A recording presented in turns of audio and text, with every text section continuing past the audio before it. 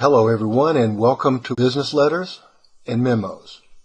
I'd like to start with a quick distinction between the two.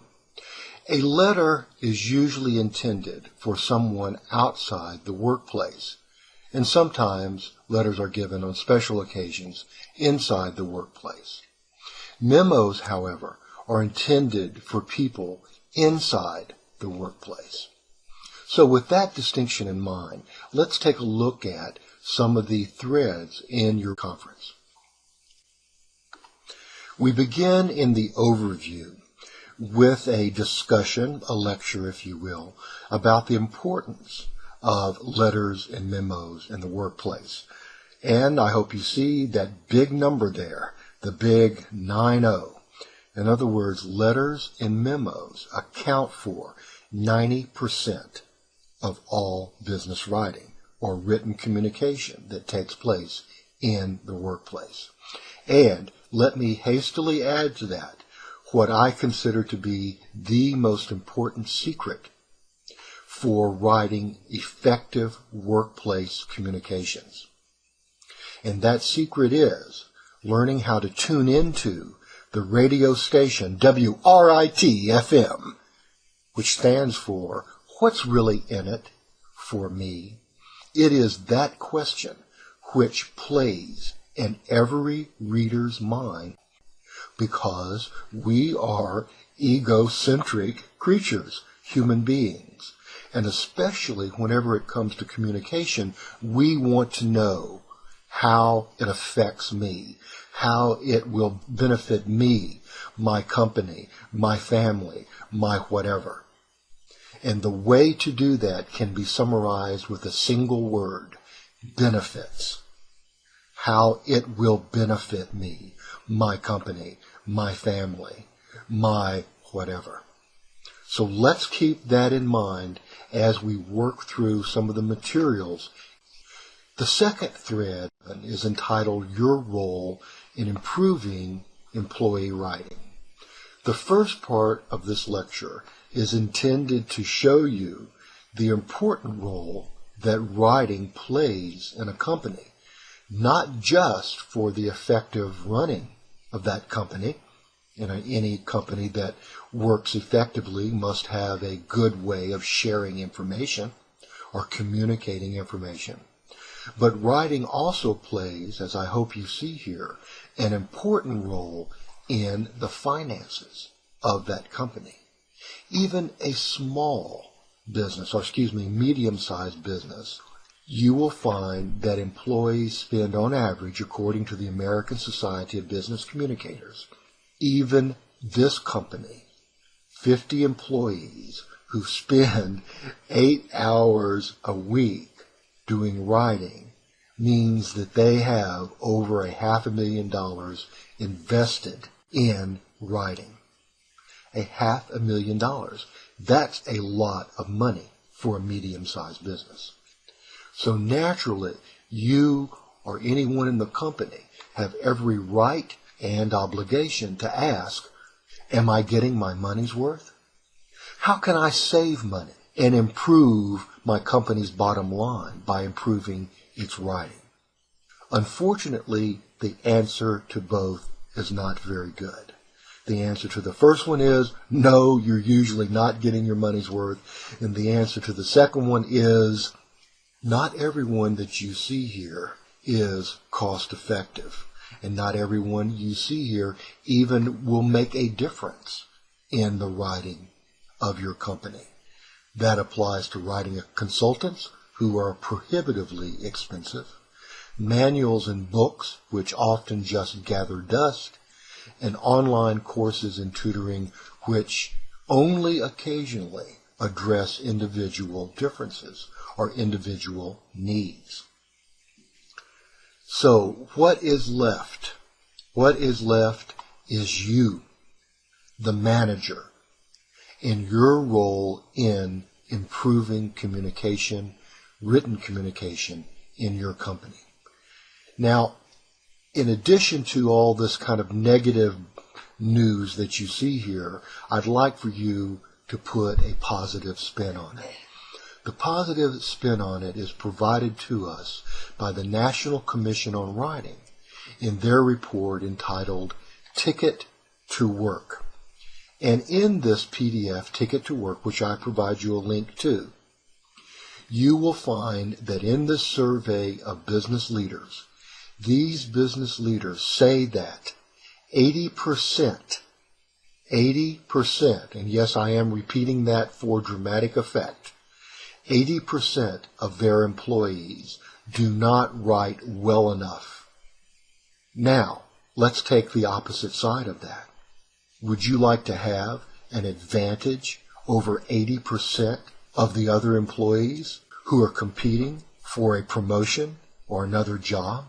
Then you can have that 80% advantage by being one of the 20% who write well. You are in the right course. You are doing the right thing. And your presence here in this elective course very clearly indicates that you are aware of the need for that improvement. Okay, let's go through some of these threads. They're really very, very straightforward, and I'm not going to spend a whole lot of time on them. The first one is achieving you in business communications. Achieving a you focus in your business communication is one way of playing or helping to play that radio station WRIT-FM and you being a star on that radio station.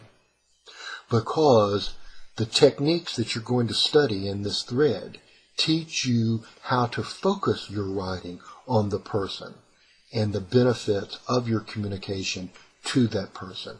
So this is the most important thread that you have this week. Learning the techniques for achieving a you focus in your writing. Now, to see whether or not you achieve this technique, I have provided to you an example of I-centered writing. And your goal this week, or your task this week, is to rewrite this piece of I-centered writing into you-centered, you-focused. Also keep in mind that this entire conference this week is worth 40 big ones, 40 points. And that's another indication of why this stuff is so important. An effective yes letter, you need to learn what's called a yes letter or a good news letter. And these things in the business world have a very specific outline or a very specific template or a very specific formula. Whatever words you want to use there, feel free to use it. But you need to learn the formula for a good news or yes letter. And so what I want you to do in this thread is to first state what that formula is or that outline is in general terms. Then I want you to create a yes letter and post it here. And remember, this is a letter. And so you are given in some different ways or different designs for writing letters. You must choose one of those designs and stick with it. The second thread that is a kind of nuts and bolts thread is the no memo. This is sometimes called the bad news memo or the bad news letter. I want you to put it into memo form, and so that means I want you to use a memo template. And then I also want you to apply to that template the no or bad news formula. And again, you will find this in your readings. It's a very specific one, and you must know what it is. Then the last nuts and bolts thread has to do with email communication. And as you know, as a member of today's workplace, email dominates the workplace communication spectrum. There is simply no doubt about it. Email dominates so much that it's often considered a problem that has to be addressed. And one of the true advantages you can have as a manager is learning good email technique and enforcing or providing or encouraging good email technique in your work unit. So let's take a look at what good email technique is, sometimes called etiquette. And it has to do with subject line. This surprised me when I first researched it and found it out. But the number one way of improving your emails is to improve your subject line. And think about it. If you have a good, clear, descriptive subject line, it enables you automatically to categorize that email as something you need to respond to or not need to respond to. Something that if you need to respond to, you need to respond to now, or something that's going to require more of your time, so you're going to save it for when you do have that time. Having a good, clear, descriptive subject line is the number one technique for improving email communication. The other techniques have to do with more like etiquette kinds of things, salutations and closing. Email body copy, there's some important nuts and bolts stuff here having to do with length of paragraphs and length of the overall message and how you quote something in an email. And of course, a signature block is very, very important if indeed you're serious about people responding to you and following up. So your assignment here is to provide first a copy of a bad email, and that includes the addressee, subject line, salutation, body, closing, and as well as signature block, and then to rewrite that bad email so that it's good. Now, if you want to, you can take a good email and really dumb it up, really make it look bad. And that's fine, and because that gives me both ends of the spectrum, and it lets me know that you know what to do in terms of writing good email communications. Okay, a pretty simple, straightforward conference this week, but an important one because you're learning such important nuts and bolts kinds of communication techniques. Good luck. Give me a call, shoot me an email, or post in Cafe 24/7 if you have any questions.